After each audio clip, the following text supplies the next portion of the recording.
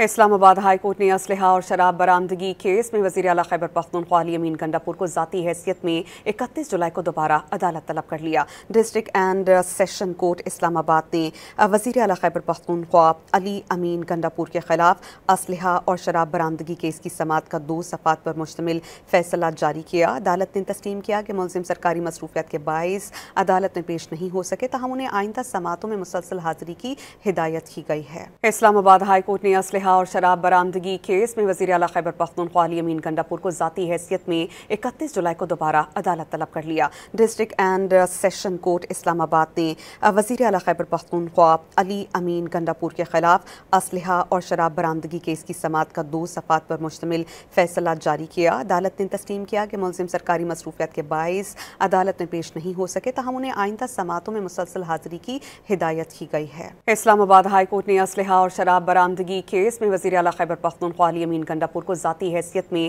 31 جولائی کو دوبارہ عدالت طلب کر لیا۔ ڈسٹرکٹ اینڈ سیشن کورٹ اسلام آباد نے وزیر اعلیٰ خیبر پختونخوا علی امین گنڈاپور کے خلاف اسلحہ اور شراب برآمدگی کیس کی سماعت کا 2 صفحات پر مشتمل فیصلہ جاری کیا۔ عدالت نے تسلیم کیا کہ ملزم سرکاری مصروفیات کے باعث عدالت میں پیش نہیں ہو سکے، تاہم انہیں آئندہ سماعتوں میں مسلسل حاضری کی ہدایت کی گئی ہے۔